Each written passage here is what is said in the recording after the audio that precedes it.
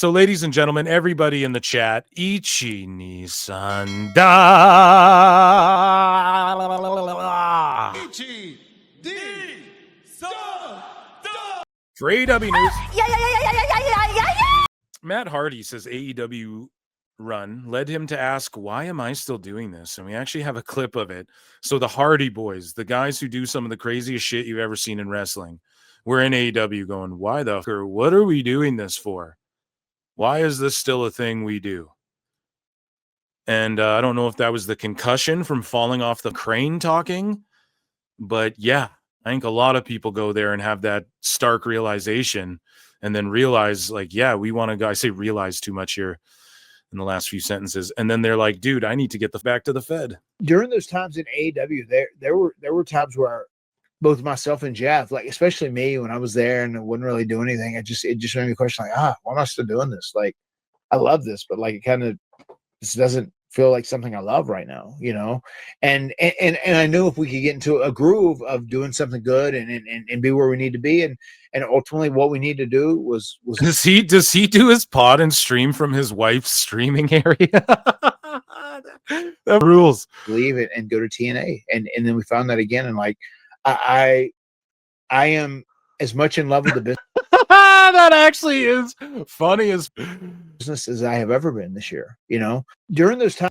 Yeah, and he even said, I think he went on to say, like, I looked at Jeff and we were both like, what the fuck are we doing here? So, speaking of, you know, one half of the greatest tag teams of all time, D-Von Dudley explodes on Tony Khan and QT Marshall for lying about AEW producer offer. So let's check this out here. Thank you, Ringside News, and shout out D-Von Dudley. So D-Von isn't holding back anymore. On the Duke Loves Wrestling podcast, the Hall of Famer made it clear he never agreed to produce anything AEW and blasted the narrative that he fell asleep while waiting to meet Tony Khan. So yeah, QT and Tony Khan, and people put it out there, he fell asleep while waiting for a meeting. So D-Von says, number one, you never asked me to be a producer or to produce a match. I never produced anything. The first time I showed up was in Orlando, and I was told by QT Marshall, who I can't stand, and I don't care if he knows it. Kiss my ass. He can't do shit about it. Oh, shit. He fucking destroyed QT Marshall, dude. Damn. D-Von was like, he ain't playing around no more, man. And he says, I got there at 11 in the morning and didn't meet with him until about 2 or 3 in the morning. So yeah, you're damn right. I was probably sitting in the chair with my eyes closed. I was tired. Would you have done that to Flair? No. So wait, he got there at 11 and then they made him wait till 2 or 3. Tony McCon right there. Would you have done that to Flair? Would you have done it to anybody else? No, but you did it to me. So you, man. So a 2 a.m. meeting. So he got there at 11 in the morning and then didn't meet with Tony till 2 or 3 in the morning. Oh, yeah, it was great. No, I have a couple cups over here. You want to check out my 2 cups? What about my triple cup? Tone's distracted, marking out. He's nervous, getting ready, trying on different shirts, trying on different jackets. Should I wear my camo jacket for D-Von? No. He shows up nervous. D-Von's like, you stood me up, dude. That's crazy, man. Ooh, that's crazy. And then he goes, D-Von said he was treated like a young boy. He said, you could have brought me into the office and just said, hey, D-Von, this is what we have to offer. I could say yes or no and go home, but instead you kept me waiting until 2 or 3 in the morning again. He said, I want to be a producer. I don't want to wrestle. But Tony's like, oh, I want you to wrestle. And we talked about that on this show a long time ago. When D-Von's co-host here came on this show and said that he's like, I know that he was trying to get D-Von to wrestle. And I've put together the conspiracy theory that he was trying to get the Hardys versus ENC versus the Dudleys in like a TLC one last time in AEW. And so he's like, I don't want to wrestle. And he goes, maybe you could do a 6-man or a tag. Just a 6-man. Yeah, we just want D-Von to do a 6-man in AEW. Like, Tony's such a goober. Dude, I was 6 months off back surgery. Why would I risk that? You could do a 6-man with your sons. The D-Von Dudleys. Oh man, I don't give a damn what he thinks. I don't work for him, and he doesn't pay me. I'm happy with WWE. With my Legends deal, with the projects I do. People say don't burn a bridge. I'm not burning a bridge, but don't talk shit about me that isn't true. Don't lie and say you asked me to produce matches. You didn't. I would have been happy to show what I could do, but it never happened. So don't lie. I don't care how much money someone has. Don't lie on me. Kiss my ass and shove that money up your ass. I don't care. And that kiss ass you've got next to you, QT Marshall. Oh shit, he felted him. Dude, he's destroying QT Marshall. And that kiss ass you've got next to you, QT Marshall, he can go to hell. I wish he would approach me. I wish he would. Oh, he's like, bro, I'll fucking boom and doom your chin, bro. He's calling you out, QT. It'll be the last time he ever approaches me. Dumbass bitch. Oh, fuck. Shut up, bitch. Oh, my God. He said Tony Khan's a liar, too, dude. Oh, my God. Dude, D-Von just rights and lefts, man. Fucking knocking him. He goes, I'm not being bitter. I'm not being angry. Just don't lie. Dude drops bombs on his ass. And he's like, he's not interested in playing politics or pretending things are fine. His experience with AEW is messy, according to him, completely avoidable as well. And yeah, when people go there, it just goes to show you that when people go there and are like, yep, and they just put up with the bullshit, put up with the redactedness, fucking, let Tony get away with this shit for money. That's why they do it. And they're just doing it for money. That's the point. And then when somebody goes, yeah, no, this is bullshit or this is dumb or I'm not going to kiss your ass for money, dude.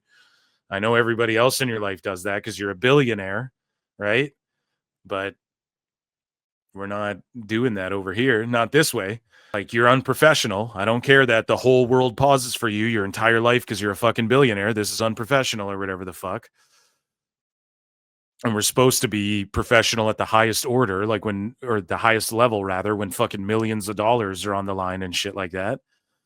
Right? So, and we're talking about television, network television and pay-per-view and shit. You should be operating at a professional level. And so he's just like, this is bullshit. They treated me unfairly. The cult jumps on D-Von. They lie on D-Von. Everyone hates on fucking D-Von. It's like, no, fuck you, man. Like, D-Von's right. He's a legend. He shouldn't have had to wait till 3 a.m. to be told, maybe you could do a 6-man by a fucking guy on Adderall writing out a match card with no real plan in mind, just hiring everyone he can. And yes, people like QT just kiss balls so they can fucking just milk this guy out of money. And it's actually slapping Tony in the face. Like, if Tone... It's like disrespectful to Tone, man. Like, if he had any sensibility, he'd understand, like, that these dudes are just money marking him in. But hey, D-Von's just like, yeah, you're a money mark, but I'm also not, like, this pissed me off. Don't fucking do that. So, yeah, shout out D-Von for just keeping it a bean, because everything in AEW's sort of falling apart as far as almost everyone's concerned. And we have some stories to prove that it's a clown show there. And you sign real people that could really get the company over. You don't do shit with it. You fucking bury them. People get over on their own. You bury them. You've become a fucking laughingstock. You've made AEW a laughingstock. And in more drama / laughing stockness, I guess, in more LOL AEW, this story dropped last night. That, according to PWI, Nixon, Newell, and Miranda Alize refused to lose in their second appearance for AEW. Now, how cornball is it for Drain Bamager and these fucking dirt sheets? Oh, they refuse to lose. Again, it's like Game Changer. It's just one of these cringy ass AEW fucking buzzwords that they label everyone with. Who doesn't fucking, it's like a cult. Oh, they're blasphemous. It's literally like a cult. Someone leaves the cult or speaks out against it. Oh, they're just They refused the Lord. They refused the Christ, or whatever it is, right? They refuse to accept Charles Manson as our Lord and Savior, right? Like whatever it is, it's just like they refuse to lose, whatever the fucking buzzword is. So this actually semi gets debunked because, again, it's what I pointed out with Miro. It's how Dave Meltzer owned his own self, and that's why I smashed your leg out of your leg, Brett. And that's why Dave owned his own owning when he owned it, Brett. And that's why I smashed your leg out of your leg. Smashed your knee to obliterate. Dave owned himself because he was like, oh, Rusev refuses or lost more times in WWE than he did in AEW. And it's like, bro, you're the one saying he refused to lose. So that's not an own. It's not like, oh, WWE's beating him. It's because people need stories when they're actually about it. If shit's not a joke, there's stories, there's a reason, there's an outcome, there's a fucking, okay, we'll put them over. What comes after, though? That's always got to be, Tony doesn't know. Oh, we're just going to book you. Now, listen to the shit that comes out about this. So initially, the report is just trashing them, of course. And I don't know if PWI goes on in the same, but the excerpt that Drain Maker and all these redacts fucking ran with is just burying them, of course. So Nixon, Newell, and Miranda Alize refused to lose in their second appearance for AEW. The duo were scheduled to put over Ty Mello and Anna Jay earlier tonight on Collision, but balked at the booking because they had already lost in their official debut last week. They left the taping about an hour before bell time and were replaced by Hyan and Maya World. It's said that AEW was appreciative of Maya Hyan stepping up and that each gained points internally. That won't get you far. It doesn't matter. Or maybe it will. Tony Khan will just keep you hired forever. But it's like, this is what I mean. Your roster's so bloated. How the fuck? Like, obviously you have wrestlers there. Neither Nixon nor Alize were believed to be under AEW contract at this juncture. They're fucking not, PWI. You know this. You know this. When you get the graphic, you're technically under contract. Until then, you're fucking just getting paid per appearance or whatever the fuck, and they control you, and that's why it's not really making money. A lot of these wrestlers aren't really making money either in AEW. It's fucked.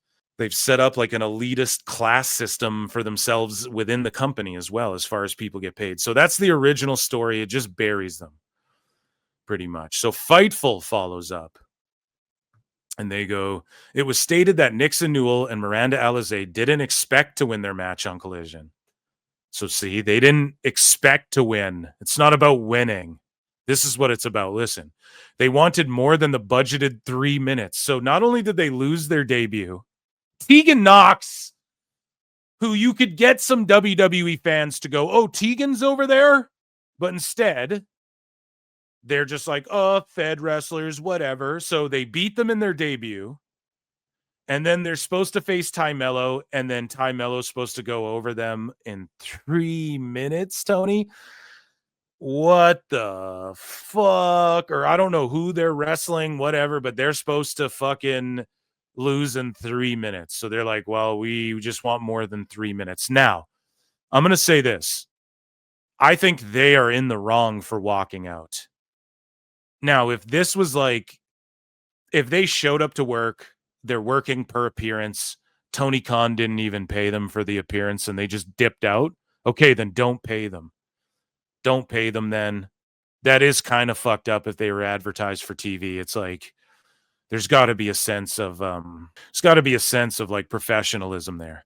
At the same time, though, how many people need to go into that locker room, get fucking slapped with the realization of like, whoa, there's no one to even talk to about this. Tony Khan just is Vince McMahoning you. This place is fucked up, man. This place this is rant. And let me tell you guys this too. People are going to say, what, Tegan Knox is unprofessional after she worked? Hey, what about the boys? Oh, they just no-showed work. Nope. Didn't go down that way. Sorry. Didn't go down that way. They didn't just no-show work. That's fucking dumb. They've never done that ever. All of a sudden, it just happened. No, there's miscommunication. And with Tegan and Alize, what are you going to say? Tegan Knox just She just walks out of companies where Tegan Knox, she's a known troublemaker like CM Punk. She is. Nope. It's because, like, there's probably a big part of it is there's probably no communication. If I had to guess, there was probably wonky communication the whole time they've been there. Last minute, come to this TV. Then all of a sudden it's like, yeah, go cut an angle on Ty J. And then you show up to Collision the next week, and then they're like, oh yeah, you guys get 3 minutes. And Tegan and Alize are like, or pardon me, Nixon. I'll use her not slave name. Nixon is like, what the fuck? We cut an angle for this on last week's show to lose in 3 minutes? Like, do you not care? Like, bro, women's wrestling's hot right now. I thought you're trying to bring, you know what I mean? You have a tag division. We're going to go do 3 minutes? Like, what is it? Tony doesn't get that, and none of these people understand that, and they don't understand how bad the communication is back there. D-Von just talked about it too.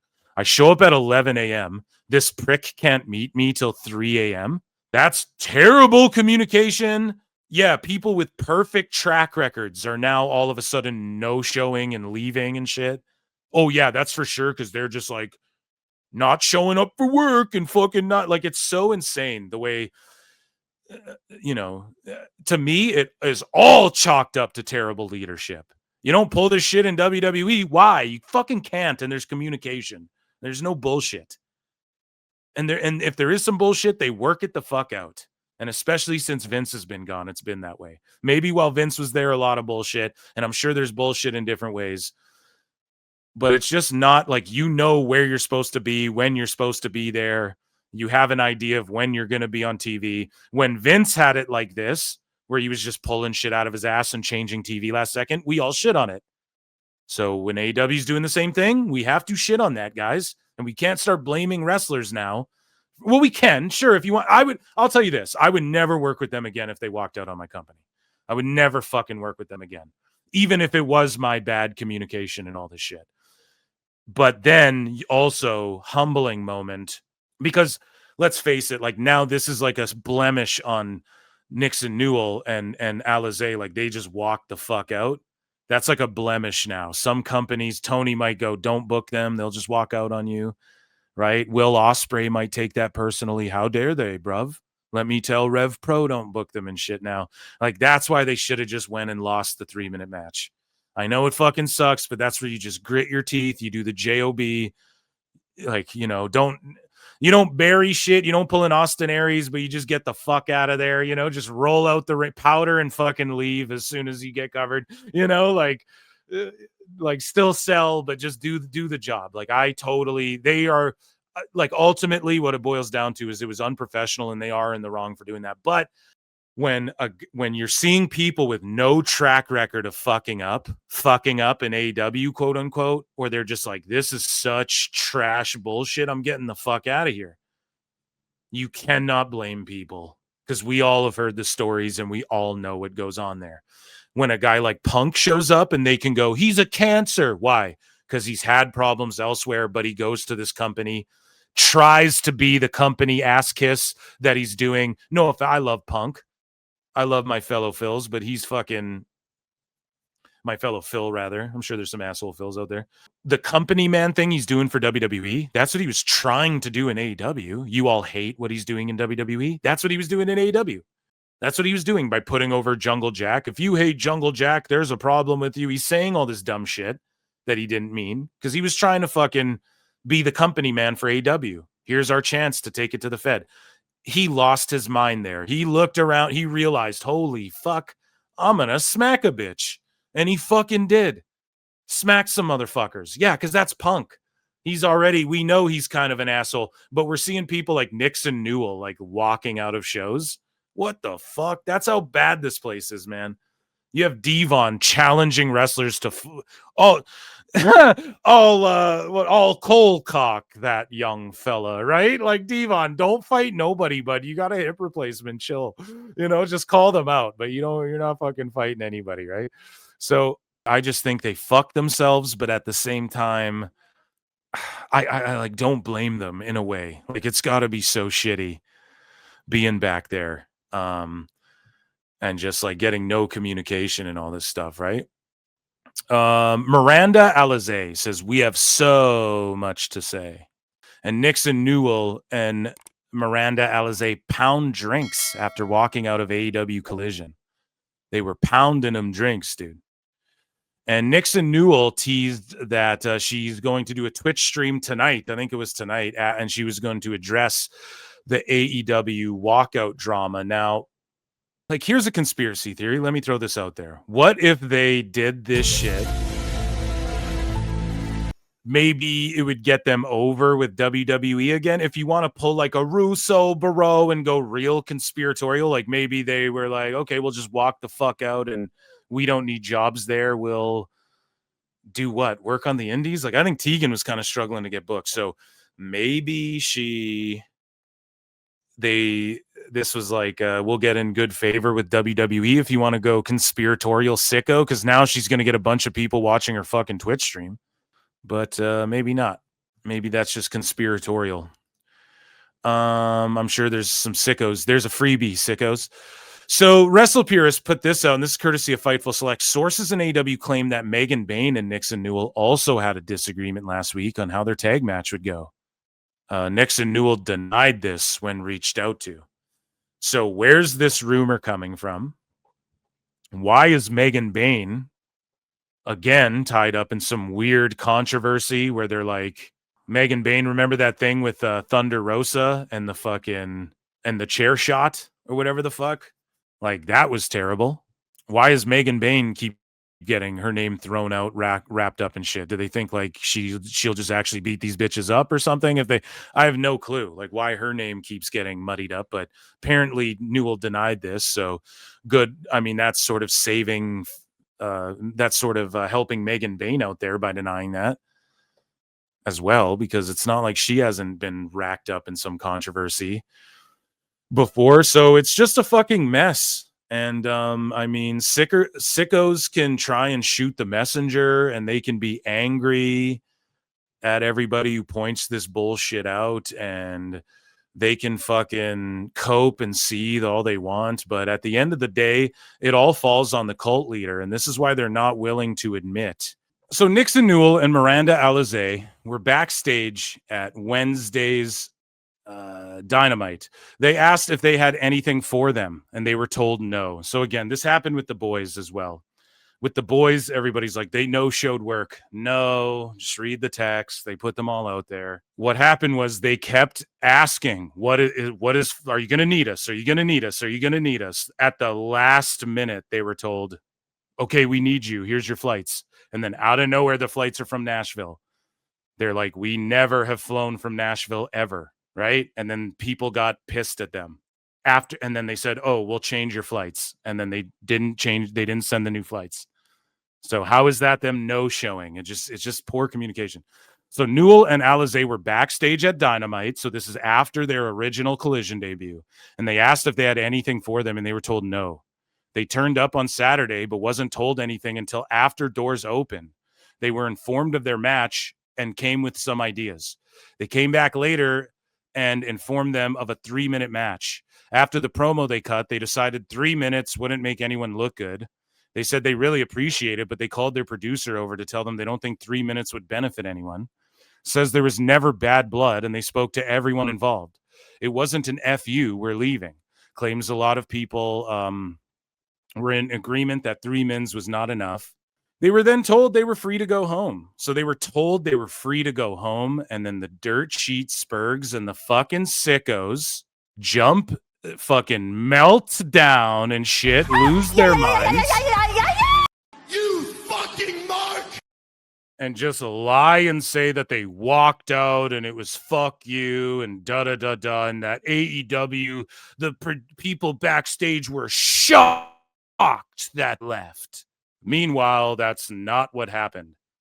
They were told they could leave. And then a shitty, fake story gets leaked about them in the fucking dirt sheets. How many fucking times have we seen this happen?